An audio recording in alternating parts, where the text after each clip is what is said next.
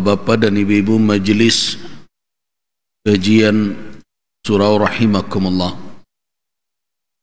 Pada pagi ini sebagaimana biasa kita sejenak akan berbicara membahas tentang fiqh al-ibadat, di mana pembahasan kita pada pekan yang lalu berkisar tentang perkara zakat. Saya awali pembicaraan kita dengan membaca ayat Allah Subhanahu wa taala dalam surah Al-Baqarah ayat 267.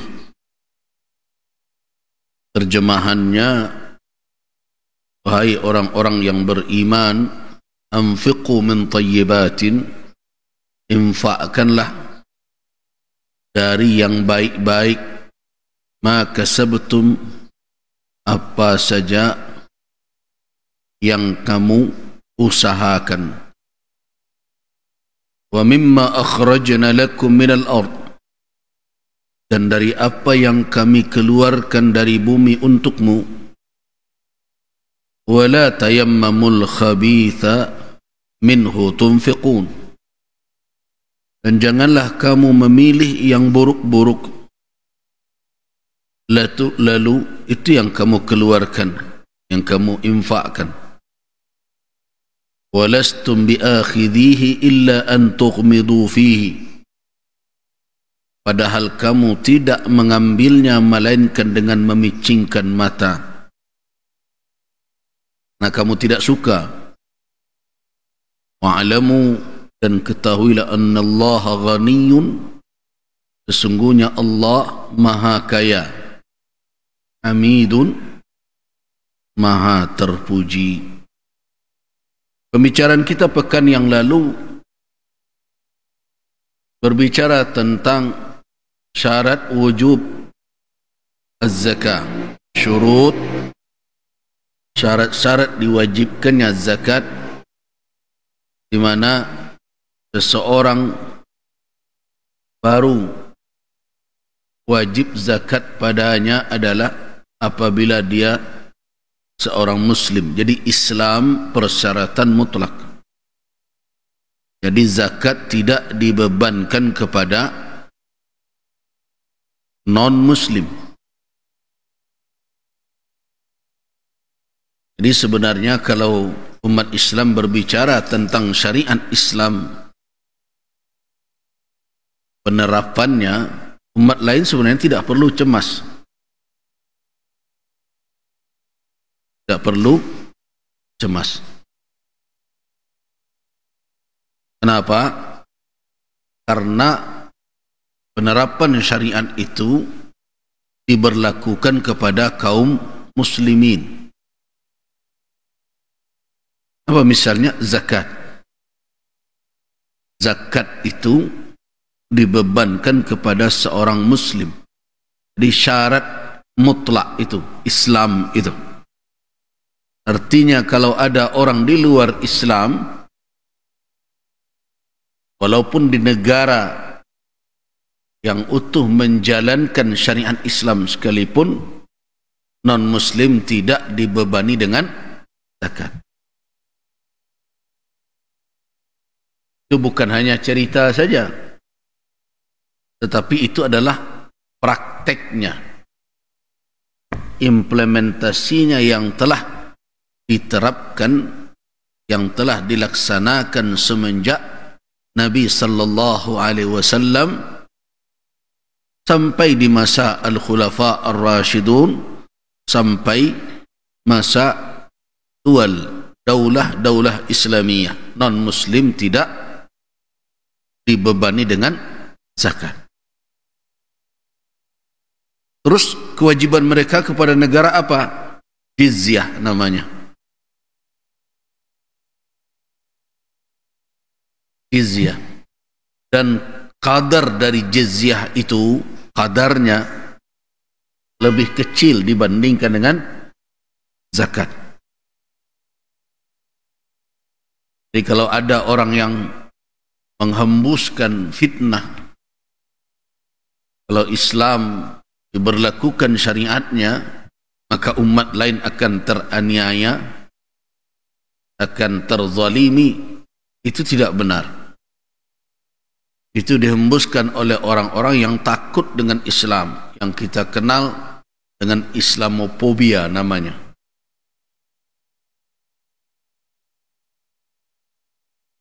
Jadi kalau di negara Islam, zakat tidak dibebankan kepada non-muslim karena begitu tuntunan syariat, walaupun di negara itu berlaku utuh syariat Islam. Itu sudah dilaksanakan oleh Rasul sallallahu alaihi wasallam, oleh para al-khulafa ar-rasyidun. Sedangkan kewajiban terhadap negara ditunaikan oleh non-muslim melalui jizyah.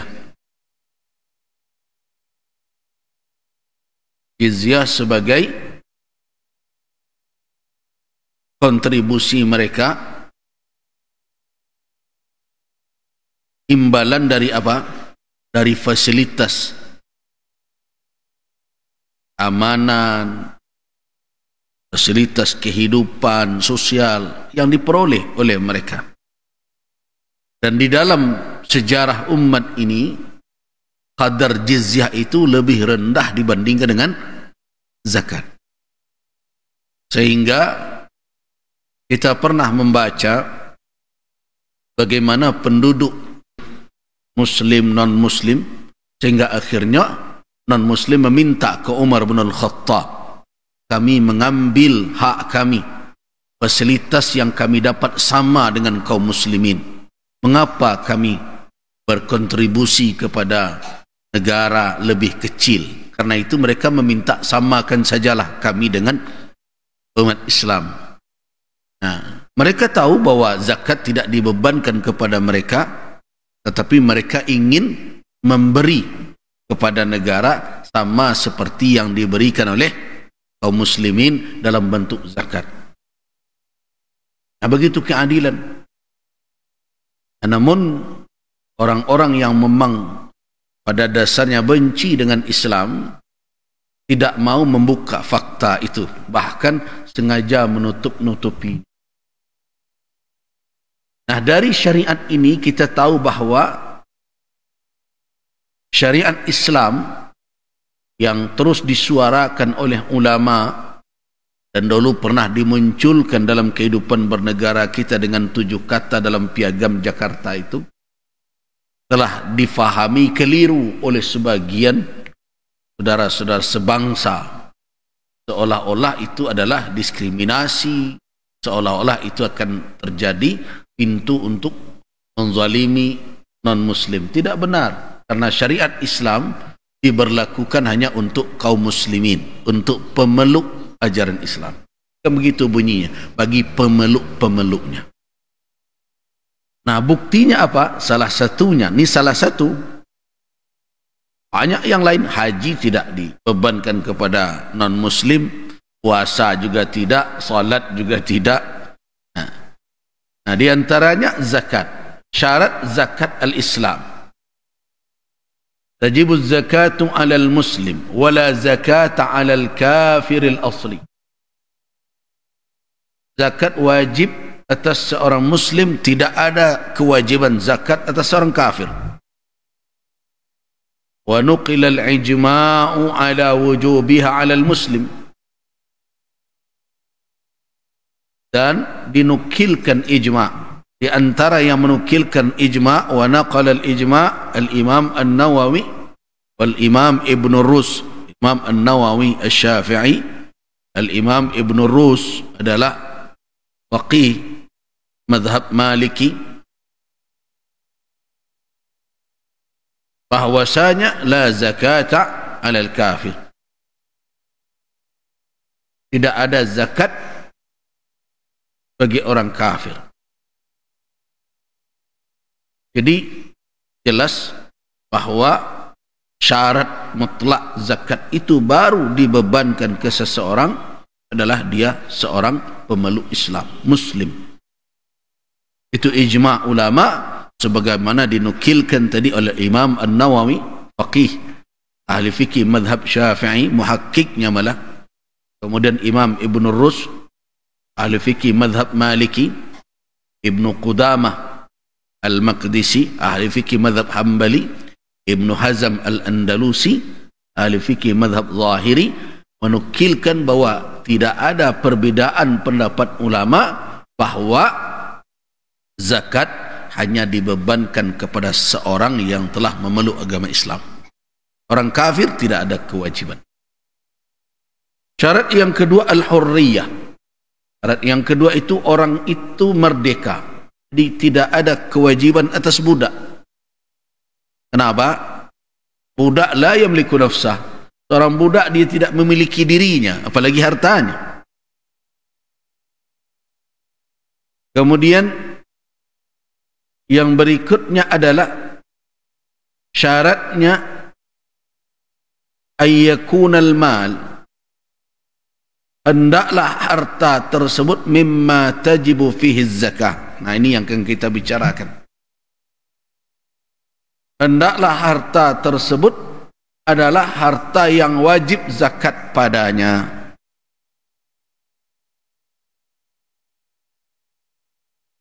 Harta yang wajib zakat padanya. Nah, ini perlu untuk kita perjelas. Karena hari ini manusia berada antara dua kutub.